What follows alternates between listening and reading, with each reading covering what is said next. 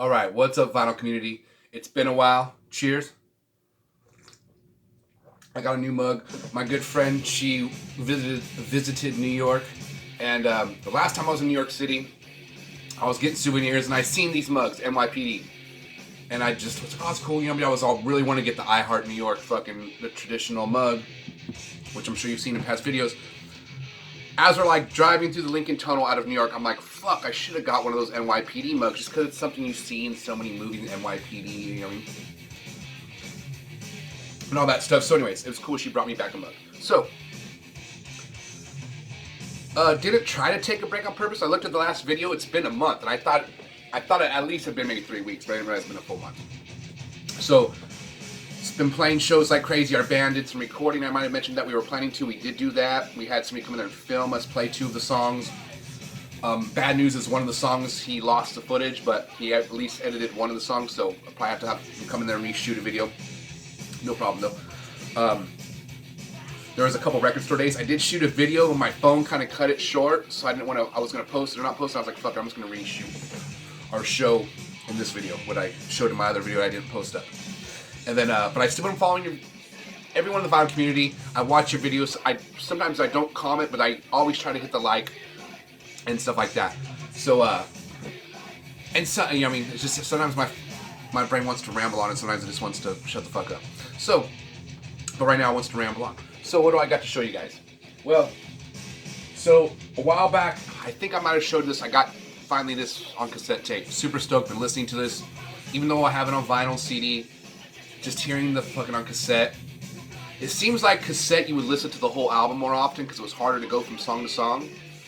So just putting on the tape, and I'm like, man, there was at least 3 or 4 songs on here that I've listened to the least amount for whatever reason, but the cassette tape, I was like, gosh damn, I forgot how. So there's certain songs. So I felt like the cassette tape kind of forced you to play more. So super stoked I got this. I've been trying to find this for a while, and I finally found a copy. Some of you already know that this is when I was a young kid. I seen this picture on MTV News when they're talking about Henry Rollins. Rode my bicycle down to the Music Zone. They had this magical thing called the White Book. It was like a legend of our town. Like somebody was like, told me once, if you want to get a cool record that's hard to find, this store has this book that can order any underground album or any album that's hard to find. So I went there. They ordered this in the book. Took a while, but it came in the mail, and they called my house, picked it up. For whatever reason, I've lost a lot of tapes because this was back literally in elementary school. So, it's like years and years and years ago. But was looking online, seen a couple tapes for sale. They disappeared. Someone else had one that was a white one, which mine wasn't. Mine was a clear cassette tape like this. And finally I found one for a good deal, and I swooped it up. And really good condition. Sounds great. Super stoked to get this. And I've basically been trying to... I don't want to get everything on cassette that I already have on vinyl and CD, but I want to at least get everything I had on cassette when I was a young kid, just because it's just nostalgic, and then maybe add a few ones I find across, I find along the way of trying to get my old collection. I'm almost there. There's like a couple Primus I don't have, like probably 2 or 3 Primus I don't have. I had there's a few here and there that I'm trying to track down still. Uplift Mofo Party Plan by Chili Peppers is one I'm missing that I had in my collection, I'm pretty sure, back in the day. Breeders, their second album. There's just ones that pop in my head every now and then because I can just remember. Sonic Youth had an album by them. So anyways, been trying to track down. So one of the other ones that I got for a birthday present when I was a young kid, it probably was like my 12th birthday.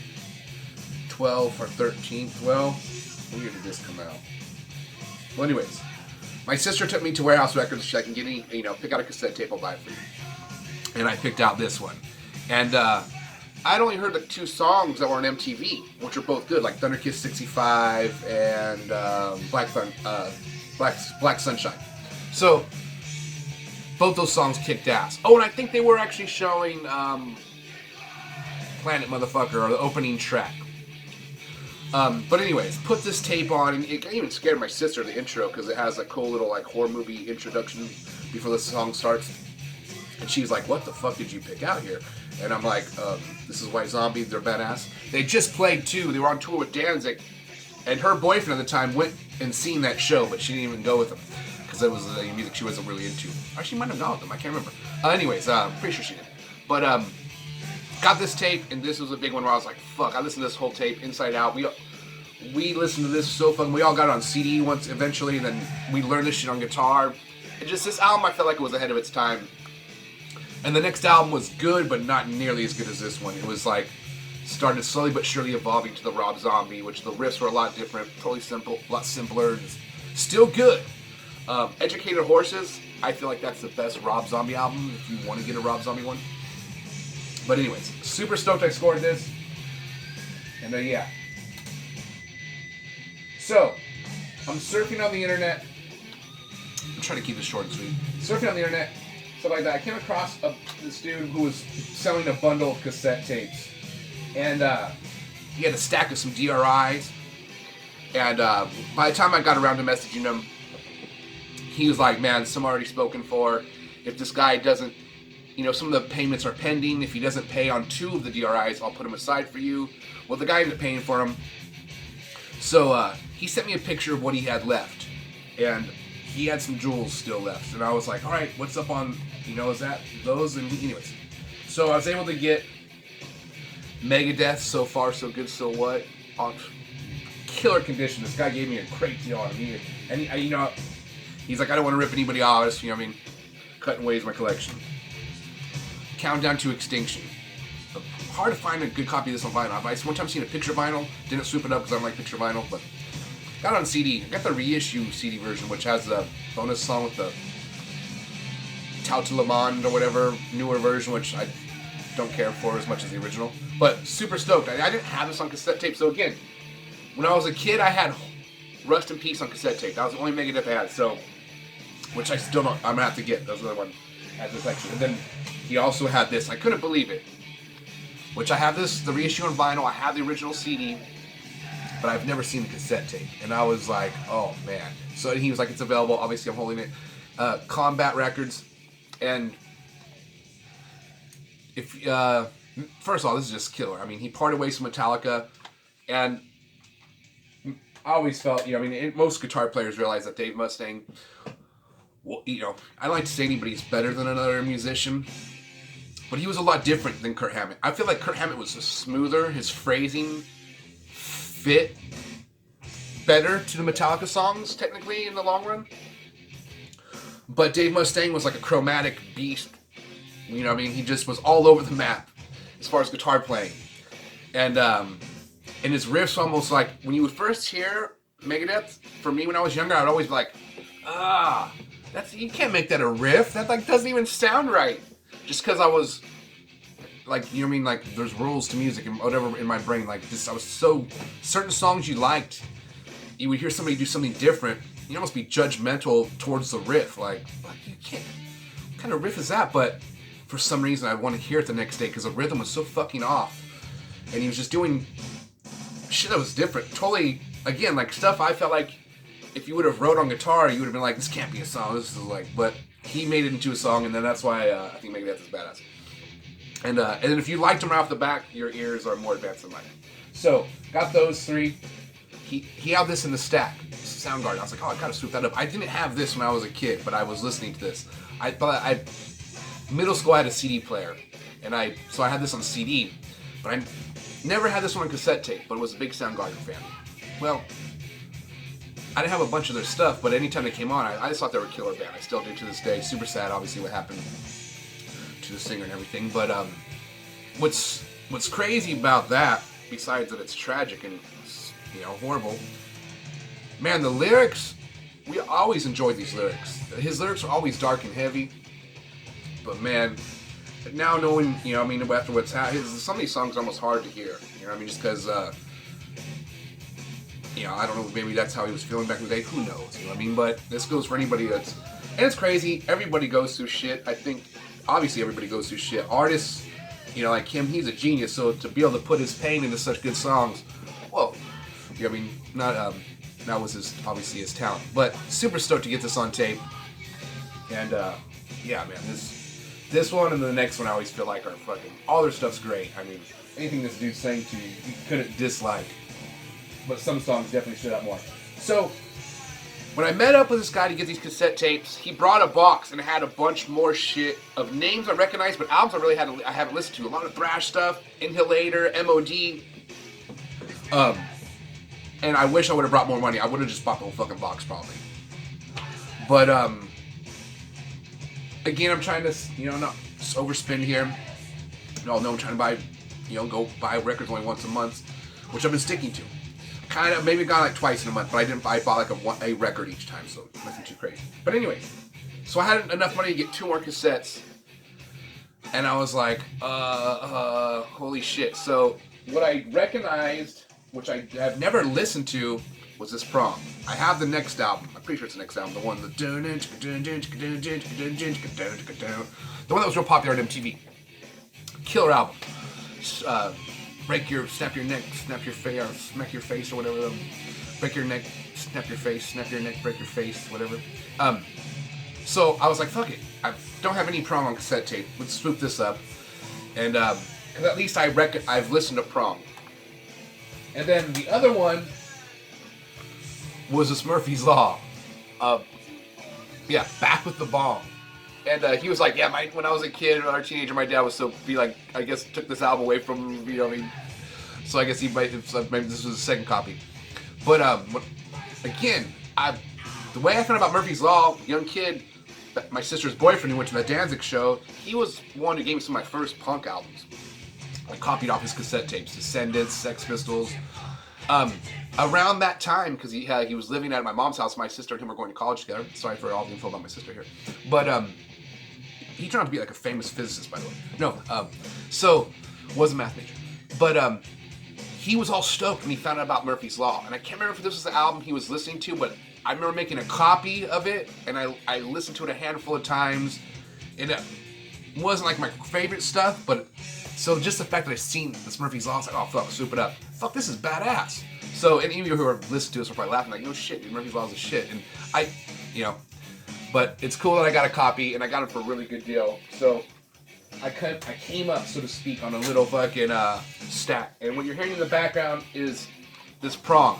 Now, and what's cool about this, it's totally different than the popular album, which makes sense. I mean, Bleach was way different than Nevermind. So, it's, back in the day, I still try to do it sometimes, but it seemed like when I was younger, I was like, oh, I want to get the first album. I want to hear what the first album sounded like, especially after that happened with with Nirvana. I found out how Bleach was. When you heard that, because you listened to Nevermind so much, and then you heard this album that was actually, I felt like it was better. The production obviously wasn't better, but for a kid I was more into the heavier stuff. And Nevermind, I freaking loved. Drain Me, all those Lithium, those Poly. I remember I was gonna play Poly at my talent show. I totally chickened out, but I learned it, was singing and playing it, so there's good practice.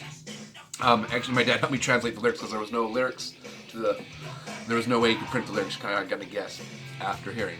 But back to Bleach. Bleach, was like, damn, sounds killer.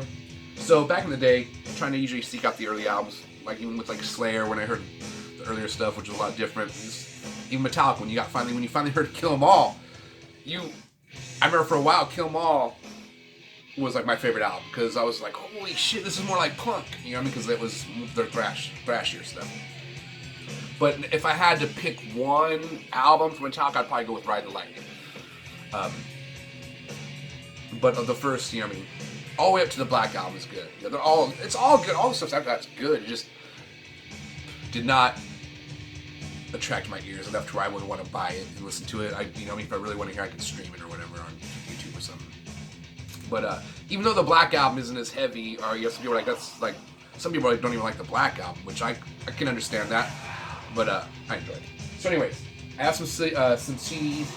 But first, let me show the 2 records I got. I think I might have showed this on an episode already. I got this at the last record store day. Been listening to it, super stoked. One of the first Black Label albums I got way back in the day. And for this record store day, the only thing it looked like there was a lot of good stuff, but overall, there was nothing where I was like, oh shit. But I did see this, and I was like, alright, I'm gonna have to swoop this up. Luckily, I went there a couple days after, a few days after, yeah, 2 days after, and they had one copy left, I think. This looks like the only one I could find. So stoked. I had this CD back in the day when it came out. The main songs I really liked were by AFI, Offspring ones, and Jughead's Revenge. I was not the biggest fan of Guttermouth and Vandals. A fan of Vandals, not so much so Guttermouth, but everyone else in my band really liked Guttermouth. And that got me into Guttermouth more because they would show me some of the songs that they really liked and I hadn't heard before. So be stoked to put this on. I thought it was cool that Kraft, because they put out mostly jazz and stuff like that. So anyways, super stoked. And it was only $23, so haven't opened it yet, obviously, but super stoked. Let's get with this. Get with the coffee here.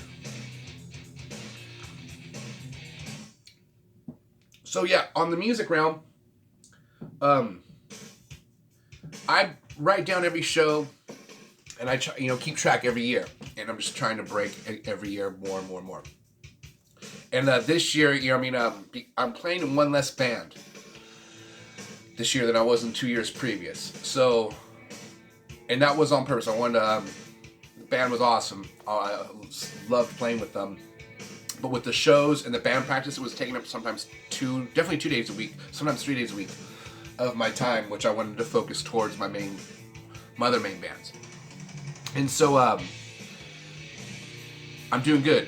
I played more than when I was playing in more bands already this year, and I've been street performing more, and then I think I've been playing less solo gigs, but I've been getting back at that too. I played some already, and I played some private events, and then playing the 23rd at some spot, and then got one in July at the start spot, and but my main goal is trying to get to 200 shows a year, and then just get to 300, and then that's totally fine with me. And then I could have those 65 days of working on music material and freeing up my brain from music and stuff like that for a little while. But so yeah, that's my main goal. My main advice to anybody I could give to anybody, just whatever it is you love doing, like you can make a living doing whatever you love. You're just gonna start to do it 8 hours a day, most likely. So, but at least if it's something you love, that's better than, the way I see it, than doing something you semi-like for someone else's business to make the money and succeed. You know what I mean? Like, if you will play 8 hours a day or do something, I guarantee you'll make more money than what you're doing now. You know what I mean? It's just, do you love it that much? And I think that's what ends up happening. Sometimes people, they think they love something, and they realize, wait, you're gonna have to do this for 8 to 10 hours to maybe 15 hours a day. But then they realize they like it, and there's nothing wrong with that.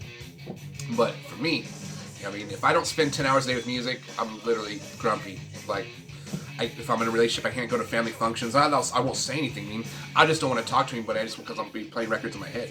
I even said this the other day. I told somebody, I figured out how to have time travel when I was a kid.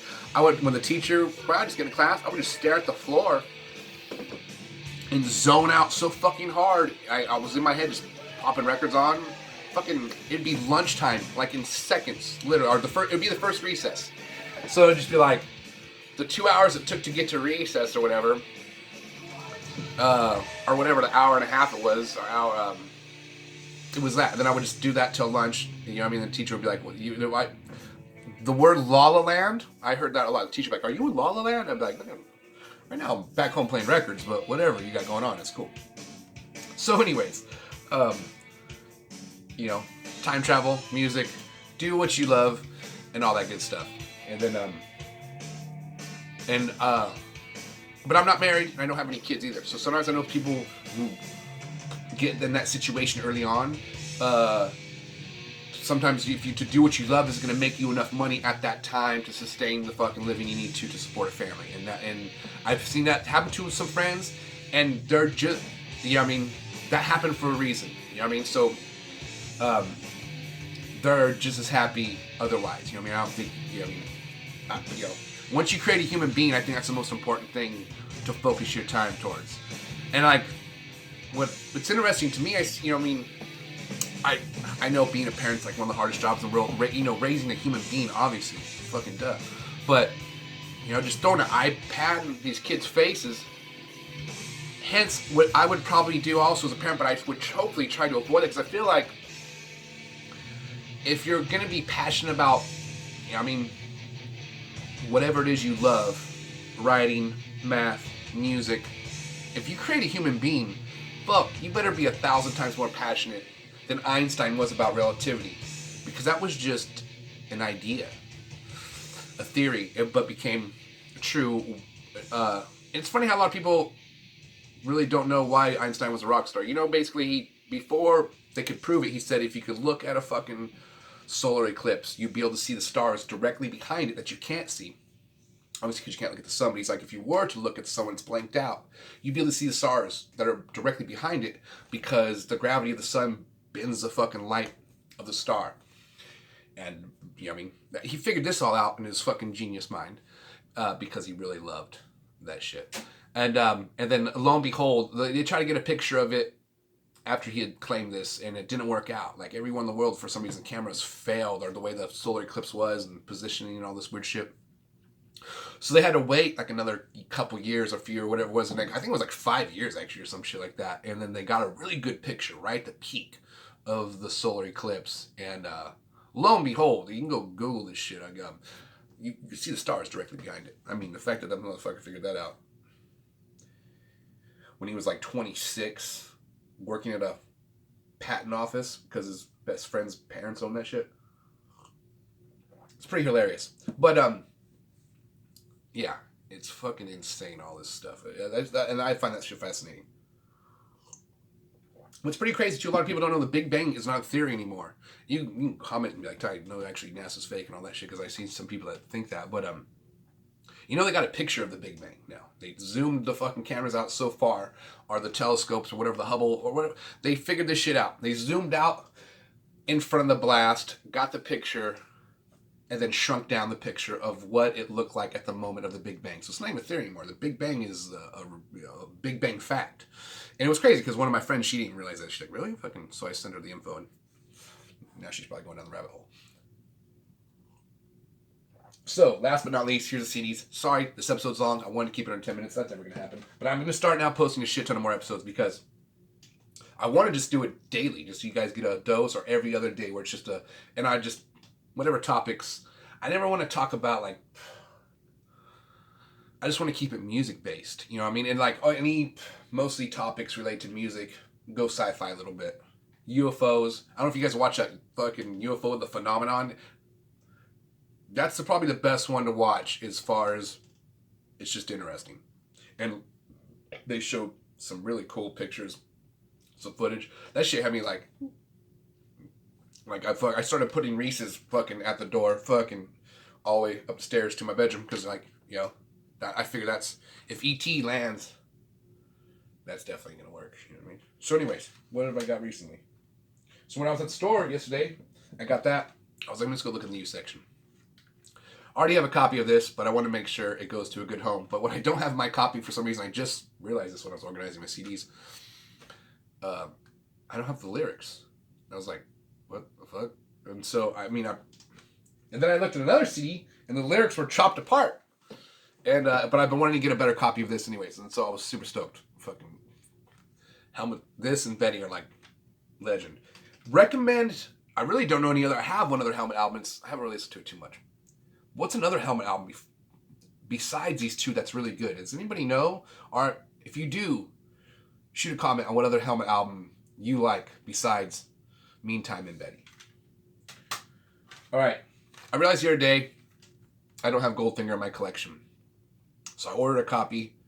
And it doesn't have the glitter on the fucking cover. So then I was like, am I tripping? I thought it had a glitter on the Goldfinger right here. Not that matters. The CD sounds great.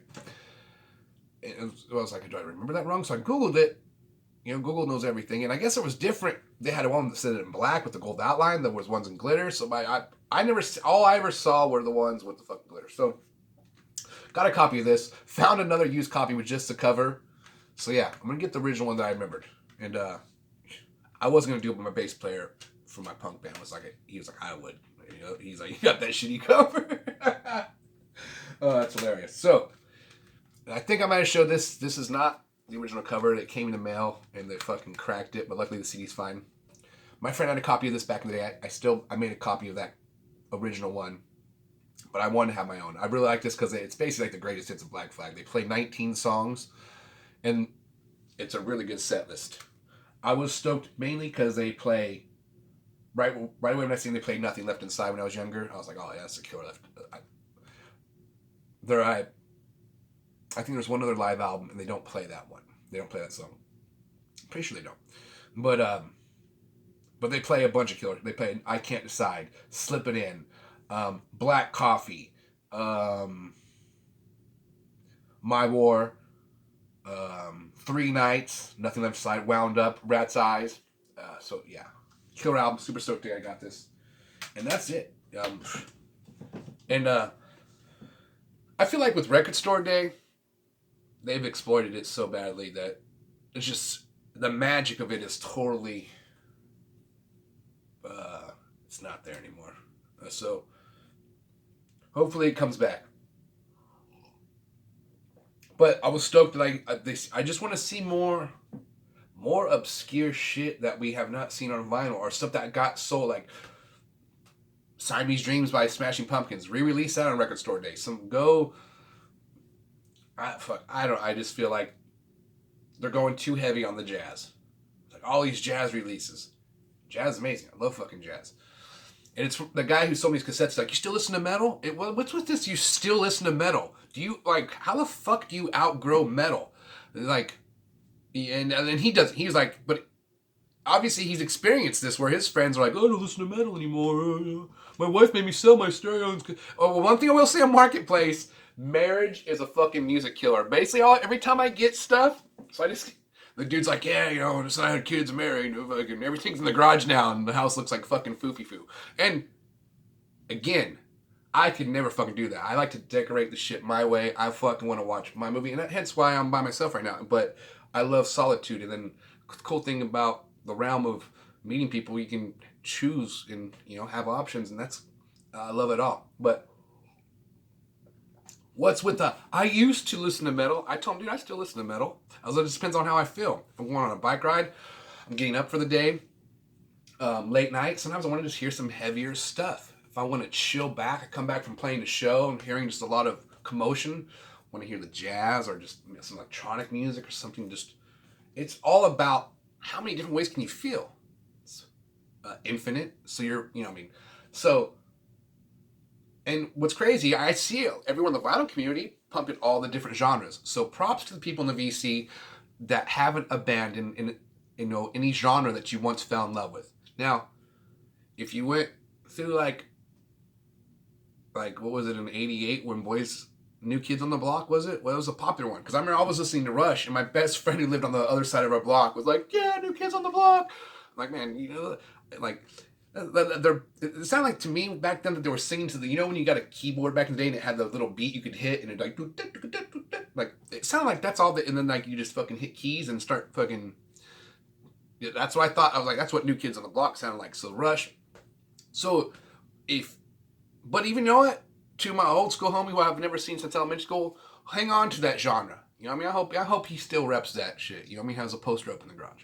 Nothing wrong with that. I think they did a reunion tour and people fucking actually were stoked about it. So, again, my point, don't abandon any genre of music you once loved. And that being said, I mean, look, everything in the 80s is horrible back in the 80s, and now that shit's great. You know what I mean? I liked it in the 80s, you know what I mean? But, it seemed like once the 90s came around, people were like, oh, the fucking 80s music was the worst shit ever. It's all about the grunge now. But people are like, nah, dude, Devo's pretty badass. You know what I mean? Sade, Madonna, Dire Straits, Prince, Pretenders, B-52s. I have the 80s next to the punk because I feel like 80s music and the punk were, even though they weren't, that was punk. I like how all the 80s bands, at least, even though they might have been using keyboards or synthesizers, they all sounded uniquely different. I feel like I think that's lost now. Like, a lot of the metal bands are all using the same amps, the same guitars, the same pickups, so they all just sound the same.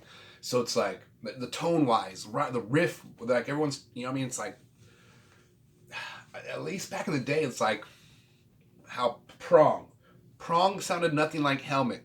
Helmet sounded nothing like Slayer. Slayer sounded nothing like Pantera. Pantera sounded nothing like Megadeth. Megadeth sounded nothing like Cannibal Corpse. They all had different tone, different sound, different topics to write about. It was like, and same with the grunge bands. Even though the grunge all came from this one fucking town, supposedly, they all sounded uniquely different. Soundgarden and Nirvana had the same manager. Those fucking bands sound so completely different.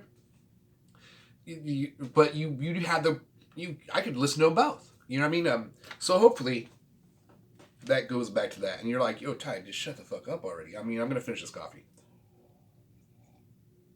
I'm going till the coffee's gone. But yeah, so I liked how back in the day the ideas were just more original, I feel like. And I feel like now, because once something goes viral or gets popular, like this is what we should follow. And it's not like that with everything. If you go on Spotify, I'm sure, and you search out on your own and still listen to unique stuff, your algorithm you're gonna still find a lot of cooler bands. And I have found some other cool stuff. And I think maybe it just has been, I'm getting older, and now there's so much more bands out there, artists, that you have a lot more that do sound alike. But if you dig through all there's a bunch that don't sound alike at all.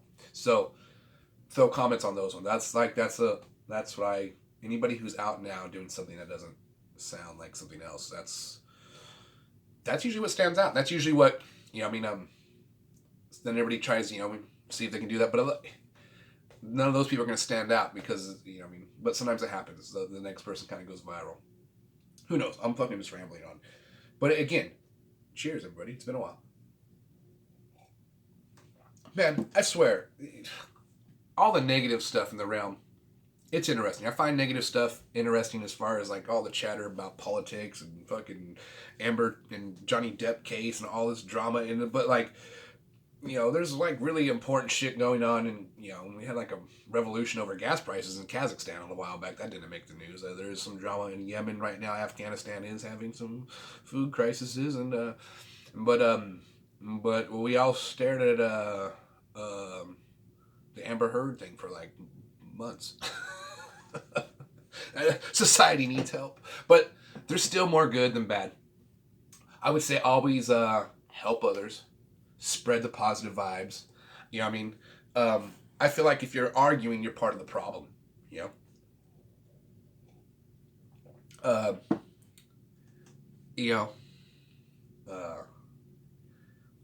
My hometown, man, we've seen some crazy shit. And so, hopefully you've maybe seen some crazy shit you haven't. But, I don't know. A lot of these people's bark is louder than the bite. I think you need to reverse that. You need to have a little more bite and less bark. You know what I mean? And when I was younger, to get my point across, it was all bite. You know what I mean? No bark. But what's pretty interesting about that is, let's see. I feel like if you're powerful with words, in a unique way, to where you get the person to actually listen to you. That's where you could really make your bark have some bite. You know what I mean, so to speak? So I would, if you're the kind of person who likes to argue, or you're getting sucked into arguing, I would say comment, think, analyze, and what can you say that's really gonna make people feel something? You know what I mean? That's what music's supposed to do. Literature is the oldest form of art, right? I'm pretty sure some writer said that. I'm pretty sure that was Steinbeck. And his acceptance speech for the Nobel Prize, which I highly recommend reading. But, so yeah, be powerful with words. And then hopefully you don't have to use your bite. You know what I mean? But sometimes push comes to shove. That happens. You know what I mean? I think save that for when it's really important. Somebody comes at you, you gotta just go into karate mode. But never be on the offense. Always, well, who knows? I don't know.